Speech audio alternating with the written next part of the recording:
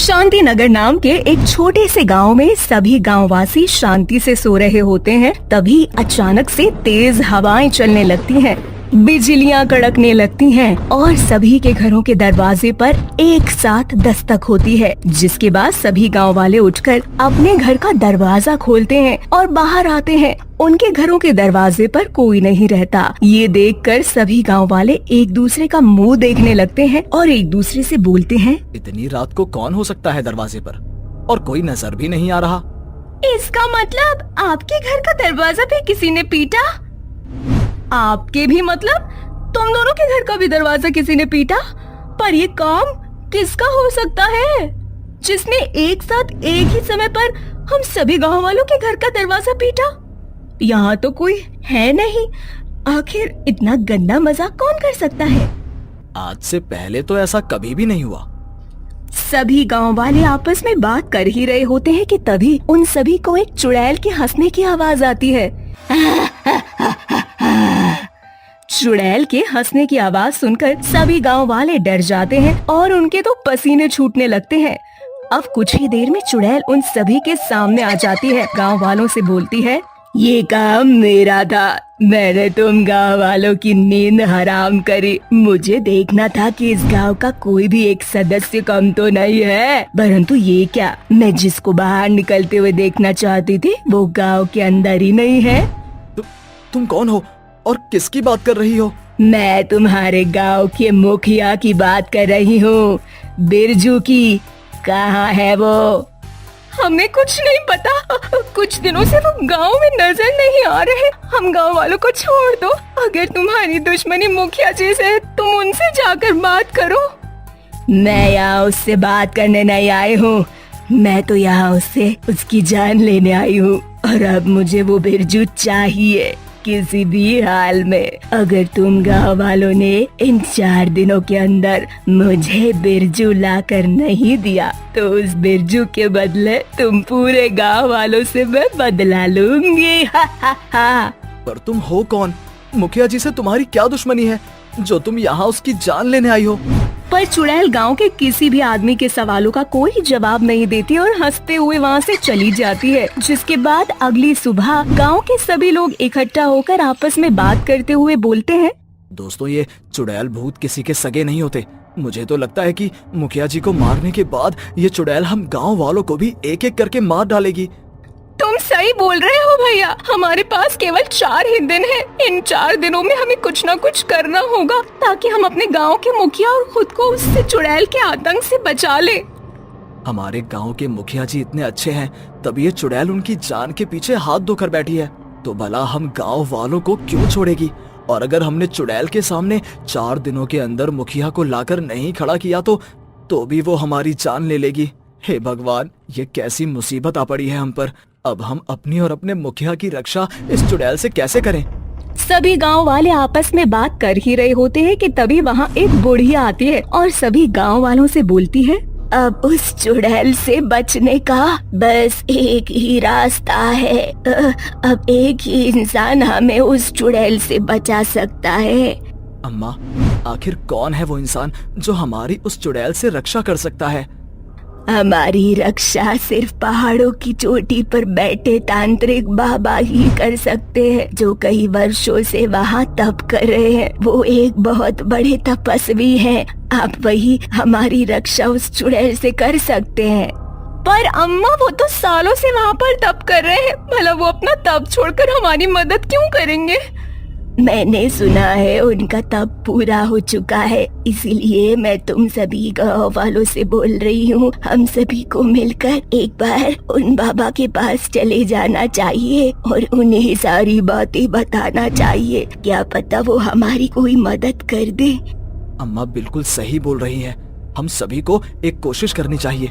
चलो हम सब पहाड़ी वाले बाबा के पास चलते हैं और अपनी समस्या उनको बताते हैं। सभी गांव वाले मिलकर पहाड़ी वाले बाबा के पास जाते हैं और उन्हें उनके साथ घटी हुई सारी घटना के बारे में बताते हैं। जिसके बाद बाबा उनके साथ गांव में आते हैं और उसी स्थान पर बैठकर एक पूजा करते हैं। पूजा करने के बाद उन्हें उस चुड़ैल के बारे में सब पता चल जाता है। जिसके बाद बाबा उस चुड़ैल का नाम बताते हैं और उसकी कहानी बताते हुए गाँव वालों से बोलते हैं, वो चुड़ैल बुरी नहीं है और ना ही तुम गांव वालों को परेशान करने आई है। वो यहाँ बस इस गांव के मुखिया को मारने आई है और उससे अपनी जादुई बैल लेने आई है। जादुई बैल? हाँ, जादुई बैल। वो चुड़ैल कोई और नहीं, तुम्हारे ही गांव की एक लड़की थी जिसका नाम सीता था। आज से कुछ साल पहले सीता पहाड़ पर आई थी जब मैं तप कर रहा था। वो मेरी सेवा दिल से किया करती थी और उसकी सेवा से मैं बहुत खुश हुआ था, जिसके बाद मैंने सीता को एक जादुई बैल दिया। जिसके बाद जादुई बैल की मदद से सीता अपने और अपने घर का गुजारा चला रही थी। परंतु ये बात मुखिया को पता चल गई और जब उसे ये बात पता चली कि सीता के पास एक जादुई बैल है जो हर सुबह सोने का गोबर और दूध की जगह हीरा देती है, तो वो ये सब देखकर हैरान हो गया और उसके मन में लालच आ गया। जिसके बाद एक दिन बिरजू सीता के पास गया और उसने उसको धमकी देते हुए कहा, फ्लैशबैक। अरे ओ सीता, अपनी ये बैल मुझे दे दे और मुझसे मेरा ट्रक ले ले। आखिर तेरे कोमल हाथ कब तक इन खेतों की जुताई करेंगे? नहीं मुखिया जी, मेरी मेरी बैल मेरे लिए साक्षात देवी है। मैं इसे किसी को नहीं बेचूंगी, चाहे मैं मर ही क्यों न जाऊं। अरे ओ सीता, क्यों मुझसे झूठ बोलती है? मुझे सब पता चल चुका है। तेरी बैल कोई साधारण बैल नहीं है, बल्कि एक जादुई बैल है जो सोने चांदी हीरे पैसे उगलती है और तू इन्हीं की मदद से गांव वालों की मदद करती है और उसकी नजरों में महान बन रही है। ये महान बनने का काम मेरा है, ना कि तेरा। इसलिए तू अपनी जादुई बैल मुझे दे दे ताकि मैं लोगों की मदद करके उनकी नजरों में महान बन सकूं। मुखिया, तुम लोगों की नजरों में धूल झोंकते हो। जो तुम एक नंबर के नीच और गिरे हुए इंसान हो, और ऐसे इंसान को मैं अपनी बैल बिल्कुल नहीं दे सकती। अगर तू अपनी बैल नहीं देगी तो मैं तेरी जान ले लूंगा। इतना बोलकर बिरजू पास में पड़ा हुआ चाकू उठाता है और सीता की हत्या कर देता है और बड़ी ही चालाकी से उसकी लाश को ठिकाने लगा देता है और उसके बैल पर कब्जा कर लेता है। तो ये है उस चुड़ैल की कहानी। गांव वालों के लिए चुड़ैल बुरी नहीं है, इसलिए मेरी मानो तो उसे अपनी जादुई बैल ले जाने दो और उसके हाथों में बिरजू को सौंप दो। तुम गांव वालों को उस हत्यारे की मदद करने की आवश्यकता नहीं है। सभी गांव वाले बाबा की बात मान जाते हैं और बिरजू को किसी बहाने से गांव में बुला लेते हैं। बिरजू जब गांव में आता है तो चौथे दिन चुड़ैल भी रात के समय गांव में आती है। सभी गांव वाले मिलकर बिरजू को चुड़ैल के हाथ सौंप देते हैं और अपने सामने चुड़ैल देखकर बिरजू डर जाता है और अपनी गलती कबूल कर लेता है। साथ ही वो चुड़ैल से बोलता है, मुझे छोड़ दो, मुझे मत मारो। चाहे तो तुम अपनी जादुई बैल ले जाओ, पर मेरी जान बख्श दो। अपनी जादुई बैल को तो मैं अपने साथ लेकर ही जाऊंगी, पर उससे पहले मैं तेरी गर्दन काट कर तेरा खून पीऊंगी। इतना बोलकर चुड़ैल सभी गांव वालों के सामने उसकी गर्दन काट देती है और उसके शरीर का सारा खून पी लेती है। अब उसकी जादुई बैल उसके पास आ जाती है और चुड़ैल अपनी जादुई बैल के ऊपर बैठकर वहां से चली जाती है। उषा एक गरीब विधवा औरत थी जो लोगों के घरों में काम करती थी। उषा एक अनपढ़ थी, इसीलिए वो नहीं चाहती थी कि उसके बच्चे भी अनपढ़ हों। वो अकेले ही अपने बच्चों की परवरिश करती और उनके अच्छे भविष्य के लिए वो शाम को काम करके जब घर आती तो घर आकर सिलाई करने के लिए बैठ जाया करती थी और उनसे मिले पैसों से वो अपने बच्चों का बहुत अच्छे स्कूल में दाखिला करवाती है। गरीब और विधवा होने के बाद उसकी बेटी मुन्नी और बेटा राजू स्कूल जाते हैं, जहां उनके काफ़ी अच्छे अच्छे दोस्त बन जाते हैं। ऐसे ही एक दिन मुन्नी और राजू घर आते हैं और शाम को जब उषा घर आती है तो अपने बच्चों से बोलती है, अच्छा बच्चों, बताओ स्कूल में मजा तो आता है ना, और तुम्हारे दोस्त बने या नहीं? माँ, मेरे तो स्कूल में बहुत सारे दोस्त बन गए हैं। मुझे तो स्कूल में बहुत मजा आता है। हाँ माँ, मुझे भी स्कूल में बहुत मजा आता है। माँ, आपको पता है आज हमारे स्कूल में रेस हुई थी, उसमें मैं फर्स्ट आया हूँ। देखो मुझे ये ट्रॉफी मिली। ये सुनकर उषा को बहुत अच्छा लगता है कि आखिर उसके बच्चे पढ़ लिख रहे हैं। अब उसके मन में एक बोझ हटता है कि जिस तरह से वो अनपढ़ रहकर दूसरों के सहारे अपने बच्चों को पाल रही है, आने वाले समय में उसके बच्चे किसी पर निर्भर नहीं रहेंगे। जिसके बाद उषा बच्चों को खाना देकर सिलाई करने के लिए बैठ जाती है। अपनी माँ को सिलाई करता देख मुन्नी अपनी माँ से बोलती है, माँ, आपको पता है हमारे स्कूल के प्रिंसिपल रूम में एसी लगा हुआ है। माँ, अपने घर में बहुत गर्मी लगती है, क्या हम अपने घर में एसी नहीं लगवा सकते? मुन्नी की बातें सुनकर उषा कुछ देर चुप हो जाती है और वो अपनी गरीबी को कोसने लगती है। कुछ देर बाद उषा हिम्मत बांधती है और मुन्नी से कहती है, बेटा, जब तुम दोनों पढ़ लिख लोगे और बड़े होकर एक ऑफिसर बन जाओगे, तब हमारे घर में भी एसी होगा और एसी लाने के लिए तुम दोनों को पढ़ाई करनी होगी। माँ, हम दोनों खूब मेहनत करेंगे और बड़े होकर एक बहुत बड़े इंसान बनेंगे।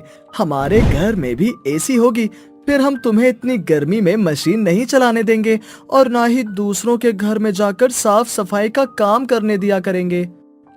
अपने बच्चों की बातें सुनकर उसकी आंखें भर जाती हैं और वो अपने दोनों बच्चों को गले से लगा लेती है। अगले दिन शाम को जब फिर से उषा घर आती है तो इस बार वो देखती है कि उसके दोनों बच्चे पढ़ाई करने के बदले खेल रहे हैं। ये देखकर उषा उन दोनों से बोलती है, अरे बच्चों, तुम दोनों को स्कूल का काम नहीं करना क्या, जो आज तुम दोनों इस तरह खेल रहे हो? माँ, कुछ दिनों के लिए गर्मियों की छुट्टियाँ पड़ चुकी हैं, इसीलिए अब स्कूल बंद हो चुके हैं। इसीलिए आज मैंने और राजू ने सोचा कि आज हम आपके साथ खेलेंगे और बहुत मजे करेंगे। अपने बच्चों की ये बात सुनकर उषा कुछ समय अपने बच्चों के साथ बिताती है और अगले दिन जब उषा काम पर जाने लगती है तो राजू उषा से बोलता है, माँ, स्कूल की छुट्टियां पड़ी हुई हैं, क्या हम थोड़ी देर के लिए अपने दोस्तों के घर खेलने जाएं? ठीक है, चले जाना, पर वहाँ से जल्दी आ जाना, ठीक है? इतना बोलकर उषा काम करने के लिए चली जाती है। तो वहीं कुछ देर बाद मुन्नी और राजू भी अपने दोस्त के घर खेलने के लिए चले जाते हैं। परंतु जब वो दोनों अपने दोस्त के घर जाते हैं तो उनके घर में उन्हें ठंडक महसूस होती है, जिसके बाद उन दोनों की नजरें एसी पर पड़ती हैं। देख राजू, अभी का घर कितना बड़ा और सुंदर है। इसके घर में तो एसी भी लगा है, जिस वजह से इसके घर में बिल्कुल भी गर्मी नहीं लग रही। तुम सही बोल रही हो दीदी, अभी को कितना मजा आता होगा अपने घर में, है ना? एक अपना घर है, अपने घर में कितनी गर्मी लगती है, मुझसे तो अब बैठा भी नहीं जाता। काश कि अपने घर में भी एसी होता। राजू भूल गया, हमने अभी कुछ दिन पहले ही माँ से वादा किया था ना कि बड़े होकर हम एसी खरीदेंगे। इसीलिए हम माँ को और परेशान नहीं करेंगे। माँ हम दोनों के लिए कितना कुछ करती है। अच्छा चल, अब घर चलते हैं, माँ हमारा इंतजार कर रही होगी। अब कुछ देर बाद मुन्नी और राजू घर जाते हैं, जहां बातों ही बातों में राजू के मुंह से फिर से एसी का जिक्र हो जाता है। एसी की बात बार बार सुनकर अब उषा भी अपने बच्चों को सारी सुख सुविधा देने के लिए सोचती है और इसीलिए वो अगले दिन अपनी मकान मालकिन के पास जाती है और उनसे बोलती है, मालकिन, आप अकेले इस घर में रहती हो। अभी जो आपका कुछ दिन पहले एसी खराब हो गया था, वो एसी अभी स्टोर रूम में खराब पड़ा हुआ है। क्या मैं आपका वो एसी ठीक करवा कर अपने घर में लगवा लूं? गर्मी बहुत ज्यादा हो रही है, बच्चे सही से पढ़ाई नहीं कर पाते। कुछ नहीं मिलने वाला तुम्हें। तुम लोगों को उंगली पकड़वाओ तो तुम पूरा का पूरा हाथ पकड़ लेते हो। तुझे क्या लगा मैं अकेले इस घर में रहती हूँ? मेरा पति मुझे छोड़कर चला गया तो क्या मैं अपने घर की एक एक चीज तुम जैसे गरीबों में दान देती फिरूंगी? बिल्कुल नहीं। आज कह दिया है तो कह दिया है, आइंदा से मुझसे अपनी हैसियत और औकात में रहकर बात करना। अपनी मालकिन की ये बात सुनकर उषा निराश हो जाती है और वहां से अपने घर जाती है। अगले दिन जब उषा अपनी मालकिन के घर जाती है तो वो देखती है कि उसकी मालकिन का पैर फिसल चुका है और वो छत से नीचे गिर गई है। आसपास में कोई नहीं होता, जिसके बाद उषा जैसे तैसे करके अपनी मालकिन को हॉस्पिटल लेकर जाती है, जहाँ डॉक्टर उसका चेकअप करके उषा से बोलते हैं, इनका काफी ज्यादा खून निकल चुका है, इनका O पॉजिटिव ब्लड ग्रुप है, हमें जल्द से जल्द इन्हें ब्लड चढ़ाना होगा। अगर इन्हें खून नहीं चढ़ाया गया तो इन्हें कुछ भी हो सकता है। डॉक्टर के मुंह से ये बात सुनकर उषा को कुछ समझ नहीं आता। इसके बाद उषा डॉक्टर से उसका खून लेने को बोलती है।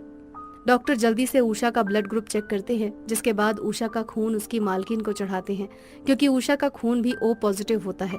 कुछ देर बाद जब उषा की मालकिन होश में आती है तो डॉक्टर सारी बात उस मालकिन को बताते हैं, जिसके बाद उषा की मालकिन को अपनी गलती का एहसास होता है और वो उषा को बुलाकर उससे बोलती है, उषा, अपने अमीर होने के घमंड में न जाने मैंने तुमसे क्या क्या बोल दिया। मुझे माफ कर दो और मुझे अपनी गलती का एहसास हो चुका है। मेरे इतने बुरे बर्ताव के बाद भी तुमने मेरी जान बचाई। मैं तुम्हारा ये एहसान कभी नहीं भूलूंगी।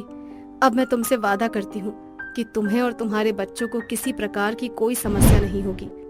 तुम्हें एक एसी चाहिए था ना, मैं तुम्हें नया एसी लाकर दूंगी। आपका बहुत बहुत शुक्रिया मालकिन। जिसके बाद उषा की मालकिन बहुत जल्दी ठीक हो जाती है और उषा के घर में भी एक नया एसी लगवा देती है, जिसमें उसके बच्चे बैठकर आराम से पढ़ाई करते हैं और धीरे धीरे उषा की सारी जरूरतें उसकी मालकिन पूरी करती है। इस वजह से उसके बच्चे भी धीरे धीरे आगे बढ़ते हैं और उषा की गरीबी भी खत्म होने लगती है। मुन्नी की सौतेली माँ आए दिन उस पर अत्याचार किया करती थी। घर का सारा काम उससे करवाती थी, साथ ही उसे बहुत मारा पीटा भी करती थी। ऐसे ही एक दिन मुन्नी अपनी माँ के लिए रोटी बना रही होती है और उससे एक दो रोटियां जल जाती हैं। जली रोटियां देखकर मुन्नी की माँ गुस्से से आग बबूला हो जाती है और वह रसोई की तरफ आती है और मुन्नी से कहती है, अरे निकम्मी, सारा दिन मुफ्त की रोटियां तोड़ती रहती है, तुझसे तो एक काम भी ढंग से नहीं होता है। ये जो रोटियां जलाई है ना, इसकी भरपाई क्या तेरी वो मरी हुई माँ आके करेगी? माँ, मुझे माफ कर दो, मुझसे गलती से जल गई, आगे से ऐसा नहीं होगा। वो तो मैं अच्छे से जानती हूँ कि आगे से अब नहीं होगा ऐसा, लेकिन आज जो गलती हुई है उसकी सजा तो तुझे जरूर मिलेगी। नहीं माँ, मुझे मत मारो, मैं अब गलती नहीं करूंगी, मुझे माफ कर दो माँ, मैं अब ध्यान से काम करूंगी, गलती से भी कुछ भी गलत नहीं करूंगी, प्लीज मुझे इस बार माफ कर दो माँ, मुझे मत मारो। मेरे अंदर दया भाव की कोई चीज नहीं है, तुझे लेकर तो बिल्कुल भी नहीं है, क्योंकि तू तो तेरी मरी हुई माँ की बेटी है। तू मेरी अपनी बेटी बिल्कुल नहीं है जो मैं तुझ पर अपनी दया दिखाऊं, तुझे प्यार करूं, तेरा ध्यान रखूं, समझी? तू मेरी सौतेली बेटी है और मैं तुझसे सौतेला व्यवहार करके कुछ गलत नहीं कर रही। और वैसे भी तूने जो गलती की है ना, वो माफी के लायक नहीं है। इतनी बड़ी हो गई है और तुझे घर का काम नहीं करना आता। अगर मैं तुझे घर का काम ना सिखाऊं तो सारी दुनिया मुझे ही कोसेगी कि बेटी को कुछ नहीं सिखाया। इतना बोलकर मुन्नी की सौतेली माँ पास में रखा चिमटा गर्म करके मुन्नी का हाथ जला देती है। मुन्नी बेचारी दर्द से कराहती रहती है, चिल्लाती रहती है, मगर उसकी माँ इतनी निर्दयी होती है कि उसको उसका दर्द महसूस ही नहीं हो रहा होता। ऐसे ही कुछ दिन बीत जाते हैं। ऐसे ही एक दिन मुन्नी गांव के कुछ बच्चों के साथ खेल रही होती है। तभी उसकी माँ उसको गुस्से से देखती है और आवाज लगाकर घर में बुलाती है और उस पे गुस्सा करते हुए कहती है, निकम्मी, सारा दिन बस खेल कूद ही नजर आता है। तुझे घर में इतना सारा काम है, ये सब कौन करेगा? तेरी वो मरी हुई माँ। माँ, आप मुझे मार लो, पीट लो, मगर मेरी माँ को कुछ मत बोलो। ओहो, बहुत बुरा लग रहा है माँ के लिए ये सब सुनकर, हाँ? इतना बोलकर मुन्नी की माँ उसको डंडे से बहुत मारने लगती है। मुन्नी को मार मार कर उसकी माँ उसकी हालत खराब कर देती है। बेचारी मुन्नी रो रो कर खुद का बुरा हाल कर लेती है। बेचारी मुन्नी को अपनी माँ का अत्याचार आए दिन सहना पड़ता है। ऐसे ही एक दिन मुन्नी की माँ अपने कमरे में बैठे बैठे कुछ योजना बना रही होती है और वो खुद से कहती है, इस मुन्नी की बच्ची का कुछ न कुछ तो करना ही होगा। नाक में दम कर रखा है, मगर समझ में नहीं आ रहा कि करूं क्या। इसे घर से निकालने से अच्छा है कि इस दुनिया से ही निकाल दो, ताकि ना रहे बांस और ना बजे कभी बांसुरी। इतना बोलकर मुन्नी की माँ घर से बाहर एक सपेरे के पास जाती है। वहां से एक जहरीला सांप लेकर आती है और उस सांप को लेकर मुन्नी के बिस्तर पर छोड़ देती है और खुद घर से बाहर चली जाती है। थोड़ी देर बाद मुन्नी घर का काम निपटाकर अपने बिस्तर पर बैठने आती है। तभी उसका हाथ उस सांप के ऊपर जाता है, लेकिन मुन्नी उससे डरती नहीं है, बल्कि उस सांप के आगे हाथ जोड़कर उससे माफी मांगते हुए कहती है, हे नाग देवता, मुझे माफ कर देना, मुझसे बहुत बड़ी भूल हो गई है। अभी अनजाने में आपको मैं चोट पहुंचा देती, मुझे माफ कर दो। मुन्नी की बात सुनकर सांप मुन्नी से कहता है, अरे मुन्नी, तुम्हें मुझसे माफी मांगने की कोई जरूरत नहीं है। और हाँ, मैं एक जादुई सांप हूँ और मैं तुम्हारी मदद करने आया हूँ। मेरी मदद? लेकिन आप मेरी क्या मदद करोगे? मुन्नी, मैं अच्छे से जानता हूँ कि तुम्हारी माँ तुम्हारे साथ कैसा व्यवहार करती है। आए दिन तुम्हें मारती है, पीटती है, यहाँ तक कि कई कई दिन तक तुम्हें खाने को भी कुछ नहीं देती। मैं सब कुछ जानता हूँ और तुम्हारी माँ मुझे यहाँ लेकर आई है ताकि मैं तुम्हें डस लूं और तुम्हारी मौत हो जाए। लेकिन मैं एक जादुई सांप हूँ और मैं भले लोगों के साथ कभी बुरा नहीं करता। तुम एक अच्छी बच्ची हो, इसलिए मैं तुम्हारी मदद करने आया हूँ। मैं तुम्हें कभी भी नुकसान नहीं पहुँचाऊंगा, बल्कि मैं बुरे लोगों को हमेशा नुकसान पहुँचाता हूँ ताकि उनको उनके कर्मों की सजा मिल सके। ऐसे ही कुछ दिन बीत जाते हैं। मुन्नी की माँ को समझ में नहीं आता कि सांप ने मुन्नी को क्यों नहीं काटा। ऐसे ही मुन्नी सांप के साथ खेला करती, उससे बातें किया करती और उसके साथ समय बिताया करती, लेकिन वो सांप सिर्फ और सिर्फ मुन्नी को ही दिखाई देता। उसकी माँ इस बात से अनजान थी कि वो उसके लाए हुए सांप के साथ बातचीत करती है या समय बिताती है। ऐसे ही एक दिन वो जादुई सांप मुन्नी को एक सोने का अंडा देता है। मुन्नी बहुत ही मासूम होती है। वो ये सोने का अंडा ले जाकर अपनी माँ को दे देती है और अपनी माँ से कहती है, माँ, ये देखो, सोने का अंडा। ये अंडा उस जादुई सांप का है। जादुई सांप का अंडा, वो भी सोने का? मुन्नी की सौतेली माँ थोड़ी देर शांत हो जाती है और उसे समझ में आ जाता है कि ये वही सांप है जो वो घर में लेकर आई थी। मुन्नी की माँ होती तो बहुत ही लालची किस्म की औरत है। वो झट से मुन्नी के हाथ से अंडा छीन लेती है और उसे अंदर भगा देती है। थोड़ी देर बाद मुन्नी की माँ अंडा लेकर एक सुनार की दुकान पर जाती है। तभी रास्ते में वो जादुई सांप आता है, उसकी माँ को काट लेता है। मुन्नी की माँ जमीन पर गिर जाती है और तुरंत दम तोड़ देती है। ऐसे ही समय बीतता है और मुन्नी जादुई सांप के साथ रहने लग जाती है। धीरे धीरे मुन्नी अब युवा अवस्था में आ जाती है। वो जादुई सांप हमेशा के लिए मुन्नी के साथ रहता है, उसके हर सुख दुख में उसका साथ देता है। वो जादुई सांप हमेशा मुन्नी को एक सोने का अंडा दिया करता, जिसे बेचकर मुन्नी अपना पेट पाला करती और अपने जैसे गरीब लोगों की मदद किया करती थी।